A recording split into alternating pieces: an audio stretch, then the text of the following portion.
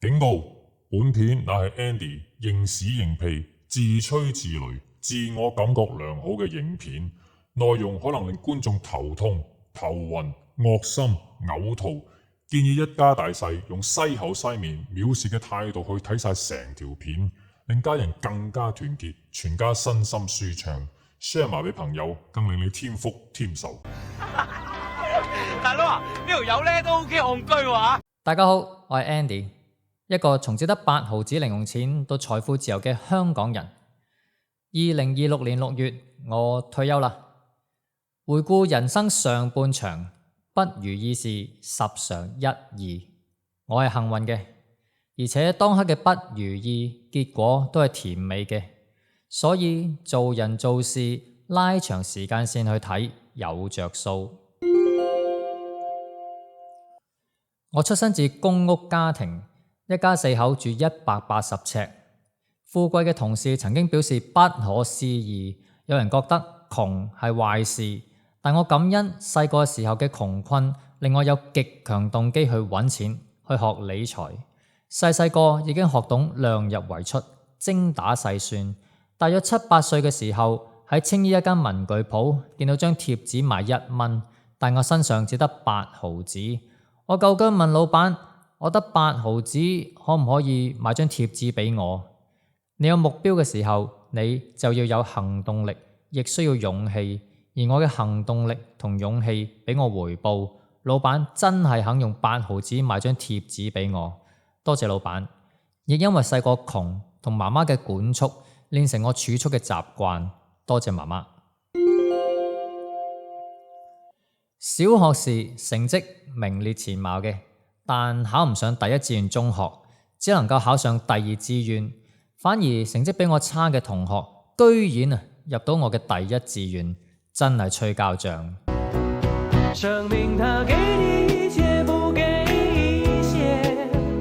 但生命賜俾我幸福，喺中學時認識到我太太。對比太太喺我生命裏讀邊間中學，Don't give a shit. Don't give a shit。我哋好想得到一件事物，係因為我哋對該事物有太多嘅良好預期，會揾好多證據去支持我哋呢個良好嘅預期。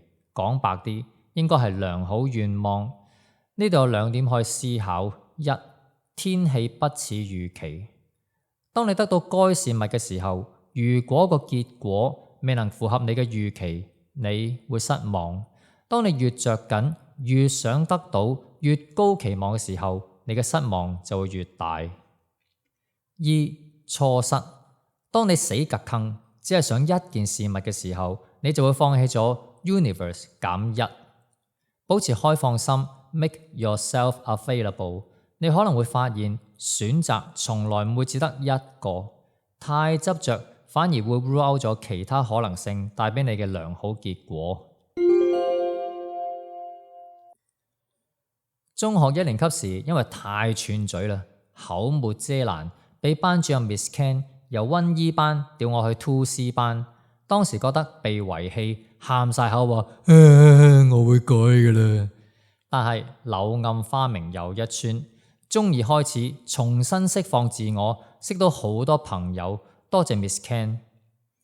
其實我唔中意留喺精英班，因為我下學期比上學期平均分高咗5分。但名次就跌咗4名，20變24。喺我媽媽嘅角度，佢唔會睇平均分，佢只會睇名次。我花咗好多能量同時間，但係我得到一個負面嘅結果，好 discouraging。所以當我由溫E調去 2C 嘅時候，我只需要付出相對少嘅能量同時間，就已經可以考到頭3名。我嘅時間同精力可以放喺打排球、識新朋友、周圍去玩，都唔知幾爽啊！當時喊住話我會改，我當堂嚇跳，然後得啖笑。中4識我太太，中5開始拍拖，踏入人生新篇章。會考得21分，因為老師誤會而差啲唔能夠原校升中6，臨尾又翻到，感恩。A level 揀科俾人話古怪，難升大學，超有幾古怪啫。A level Econ 同 Chem，AS level 中英 Maths and Stat。咁我中意讀 econ 咪揀咯。我覺得你中意讀，自然會落力。Physics 講 work done， 講 conservation of energy， 花咗時間同能量一定會有回報。只要我成績好，大學揀科就唔係問題，好過我一心為咗未來份工揀科自己唔中意嘅，讀得咁辛苦，何苦呢？好在有碌到上科大讀 BBA Finance， 古怪嘅 A Level 選科又幫我科大 Year 1嘅成績。科大 Year 1 Econ 同 A Level 差唔多 ，Maths and Stat 又讀過 ，Elective 又揀 Cam， 真係啱啱遇着剛剛，所以 Year 1攞到 Dean List 就令到我有追 First Class Honour 嘅念頭。當日 A Level 嘅古怪選科又有好回報，感恩。科大嘅教授都好錫我，感恩遇到好多有料嘅教授。我原本諗住大學畢業去教書。但教我 fixed income 嘅張柱教授話我有好多 potential， 叫我唔好去教書，要試私人公司，咁我就冇再諗教書啦。咁啱科大 Career Centre 話投資銀行想教授推薦啲學生，教 corporate finance 嘅 Dr. Vidhan Goyal 就推薦我俾 Career Centre， 又俾我碌到入投資銀行，感恩。當然打工又點會一帆風順啦，做咗10年 credit risk。有一日食完 lunch 問自己，我喺度做乜鬼嘢啊？啲 credit proposal 道具報嚟嘅，唔想再行屍走肉，毅然轉去做保險。以我嘅能力同埋性格，梗係 PK 啦。你玩我啊，細人仔！但係呢個 PK 嘅經歷令我更認識自己係個咩人，深刻了解自己嘅優點、缺點、性格特質。感恩喺我30幾歲嘅時候 PK 及深深了解自己。早 P 好過遲 P。 之後貴人 Jenny forward 呢份工俾我。 Jenny 喺我28年前大學畢業前 call 我去見第一份工，15年前又介紹我返退休前嘅呢份工。多謝 Jenny。 呢份15年嘅工當然有 ups and downs。 感恩我老闆唔太中意我，又喺2026年重新安排討厭嘅外籍同事做我嘅 group leader。 有話生命中傷害你嘅人其實係上天派俾你嘅菩薩，感恩佢兩位，令我得到一個契機，鼓起勇氣去行自主嘅第二人生。喺投資路上當然走過好多歪路，輸過好多。人生吊詭係唔輸你就唔會學懂點去贏。人生最大嘅錯誤就係迴避犯錯。感恩各種大大小小輸嘅經驗，令我學懂今天瞓得安樂嘅投資哲學，可以退休。Trading in the Zone 講，要交易成功就要真心相信任何事都可能發生，建立概率思維並管理期望。一切事物嘅發生唔係100% 或者0%，係概率。放棄控制，完全接受並且完全自己承擔責任。交易係最有效了解人性、了解自己嘅方法。所以 Trading in the Zone 嘅交易哲學亦成為我嘅人生哲學。感謝黃國英 Alex 當年推介呢本好書，我 follow 咗 Alex 26年。Alex 嘅投資哲學令我學懂投資嘅遊戲規則，更幫我建立退休嘅底氣。另一位投資老師係曾廣標 Peter， 當年俾我加入佢嘅 Friend Club， 同一班喜歡研究投資嘅朋友交流聚會。我哋仲去過上市公司嘅 AGM 去質問管理層有關公司嘅派息政策。Peter 對世界股嘅分析同對國際政治時事嘅透徹理解令我獲益良多。最關鍵嘅係 Peter 令我知道派息嘅重要性。多謝 Peter。